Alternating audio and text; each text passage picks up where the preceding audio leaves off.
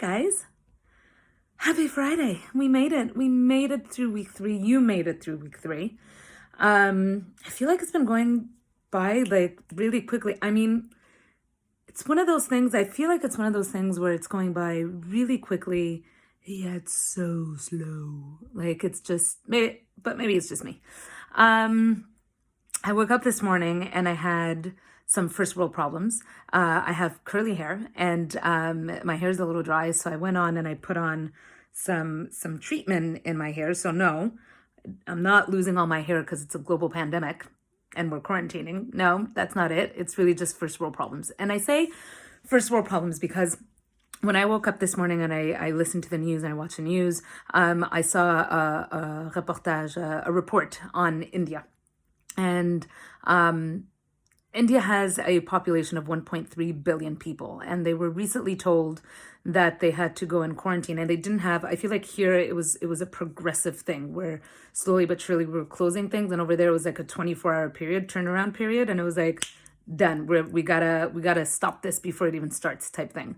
And I know that India is I've never been, but I know that it's a beautiful place. I know people just like in Dominican Republic, like you have places where people are really poor, and then you have neighborhoods that have insanely beautiful houses. And I have friends that are Indian, and I know it's a beautiful place. But guys, right now, if you're one of the migrant people, and there's a lot of those people that, they work in New Delhi and that's not where they're from. Their village is actually outside of New Delhi. Guys, it's not cool to be there right now whatsoever. You try telling 1.3 billion people that they have to stay in quarantine in their homes, and it's not fun. And it broke my heart. I was watching some of these parents with their kids.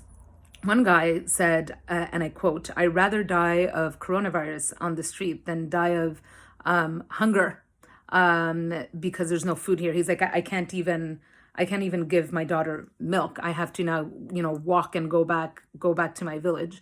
This other man had 2 children on his shoulders, and he was saying that he lives, get this, 500 kilometers away.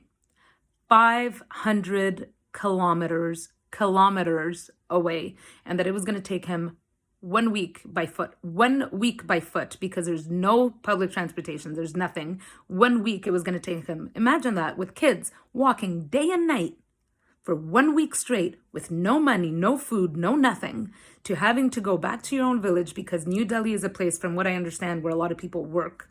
But they don't live there. Did I already say that? I don't know. Losing my train of thought. But really what I want to say is that during these times, it's important to keep things in perspective. And guys, I know that, it's always going to be worse somewhere else, no matter global pandemic or not. It could always be worse somewhere else. And I know that it's all relative, and we all wake up and have first world problems. My hair is dry. But guys, we got to keep things in perspective. And the truth is that these things are just inconveniences for us that are here. Your Starbucks not being open right now, that's just an inconvenience. If you're watching this at home right now and it's Friday and you're like, oh my God, I don't know what I'm going to do this weekend. I can't go anywhere, which is, I wish I could be going somewhere. That's an inconvenience, guys. That's not life or death situations like these people are going through. Like, the truth is, we're living this all together as one global race, as citizens of the world, which I often, when people ask me where I'm from, it's so damn confusing. I'm like, I'm just a citizen of the world. But really, the reality is we're all living this in a different way. And some places are luckier than others. And guys, right here in Canada, and even in the United States, where things are not going so well right now, it's going really well.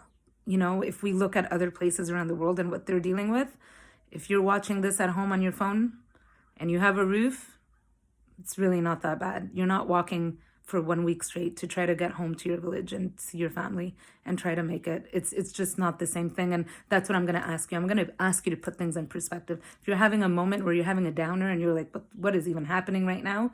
This is so surreal, or you're not feeling well, guys, just bring it. You got to bring it all back and just put it in perspective. Put it in perspective. And we have so much to be grateful for here. And even if the hospitals are really crowded, and even if so many things are happening that aren't that awesome, I think, God forbid I get this, I think I still rather be in a crowded hallway than nowhere at all. You know what I mean? And so just keep things in perspective. So I don't want to end it on a negative note. So I'm going to wish you an amazing weekend. Make it fun. Wear a Halloween costume or something. I don't know. Do something fun. And or maybe make believe you're going on vacation. Put on a sun hat or something. And I'll talk to you soon. Bye, guys.